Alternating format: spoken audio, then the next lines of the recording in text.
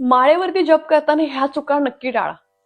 Number 1, माळ नेहमी गोमुखीमध्ये ठेवायची आहे. जप माळ अशी कुठेही उघडे देवघरामध्ये किंवा अडकवून ठेवली असं अजिबात करू नका. तुमच्याकडे जर गोमुखी नसेल तर तुम्ही कोणत्याही लाल कापडामध्ये तिला गुंडाळून ठेवू शकता. माळ कशी जपायची ते सांगते. दुसरा पॉईंट, याला असतात 109 मणी. ठीक आहे, एक असतो सुमेरू आणि एक 108 मणी असतात, ते काउंटिंगसाठी वापरले जातात. माळ कशी पकडायची? तुमची अनामिका आणि अंगठा ह्याच्यामध्येच चिमटपूर्ण असं माळ पकडायची आणि तुमचं जे मधलं बोट असेल त्याने ते असं माळाशी ओढायची आहे. ठीक आहे, माळ ओढताना तुम्हाला आतल्या बाजूला ओढायची आहे.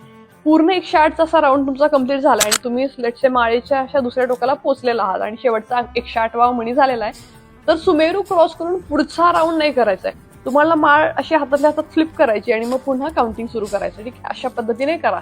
आणि हे सगळं करताना तुम्हाला हे गोमुखीमध्ये ठेवूनच करायचं आहे. सो गोमुखीमध्ये हात ठेवून तुम्ही तर्जनी बाहेर काढायला इथे जागा असते, तसं करून तुम्ही माळेचा जप करू शकता. एका घरामध्ये राहणाऱ्या लोकांनी वेगवेगळ्या माळ वापरायच्या. सगळ्यांनी एका माळेवरती जप करायचा नसतो. तुमच्या माळेला ऍक्च्युली स्पर्श तर सोडून बघायचं सुद्धा नाहीये कोणी, कारण की तसं जर झालं तर तुम्ही केलेल्या जपाचं पुण्याचा काही भाग त्यांना प्राप्त होतो. त्यामुळे तसं करू नका.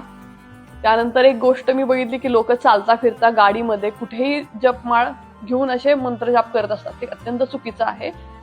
तुम्हाला माळ जप करताना देवासमोर बसून तुमच्या आसनावर असतानाच तुम्हाला माळ जप करायचा आहे. तुम्हाला अगदी मंत्र मानायचे असतील तर तुम्ही डिजिटल काउंटर वापरू शकता किंवा ती प्रवासात वापरण्याची वेगळी माळ मिळते, ते तुम्ही वापरू शकता, ती चालते. पण तुमची नेहमीची रेग्युलर जपमाळ त्याला कृपया वापरू नका, तुम्हालाच दोष लागतील. आणि जर माळेला स्नान ते काय रोज करण्याची गरज नसते. तुम्हाला कधी वाटलं की थोडं काही खराब झालेलं आहे तर तुम्ही तेवढ्या पुरतं माळेला स्नान घालू शकता. जपमाळ कधी जमिनीवर ठेवू नका, त्याच्यामध्ये तयार झालेली ऊर्जा ही निघून जाते. ज्या माळेवर जप करता ती गळ्यामध्ये धारण करू नका, त्याच्यासाठी वेगळी माळ असते. तुम्हाला जर कोणी तसं सांगितलं असेल तर करा, शक्यतो घालायची नसते. या सगळ्या नियमांचं पालन करा. काही प्रश्न असतील तर मला कॉमेंट्समध्ये सांगा. जय श्रीराम.